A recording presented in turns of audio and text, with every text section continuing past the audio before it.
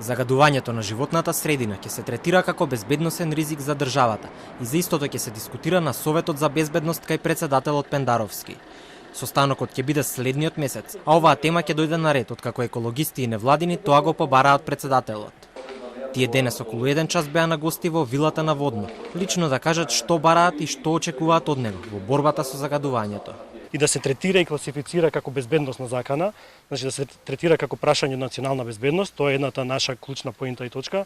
А втората е да председателот преку своето влијание со носењето на закони да влијае врз големување на буџетот за животна средина, пред се расходите за заштита на животна средина. Ова средба се бараше од председателот на државата да тој стане адвокат на граѓаните, да не застапува во нашите права за чиста животна средина и здрав живот.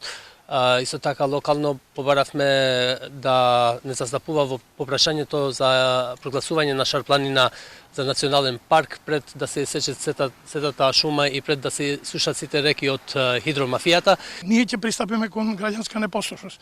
Пред самите избори ќе излегуваме таму каде што луѓето не почитуваат и ќе бараме да не излегуваат на избори, едноставно да го блокираме целиот овој државен апарат. Председателот Пендаровски на состанокот со екологистите кажал дека рек Битола ќе добие А интегрирана дозвола следниот месец.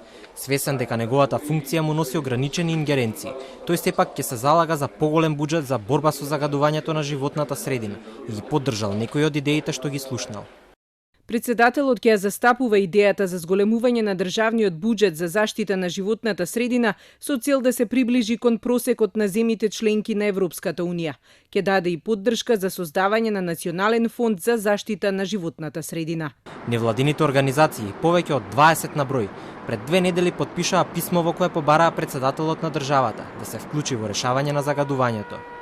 Тие дадоа идеја и армијата да патролира, на што Пендаровски одговорил дека тоа е задача само на полицијата.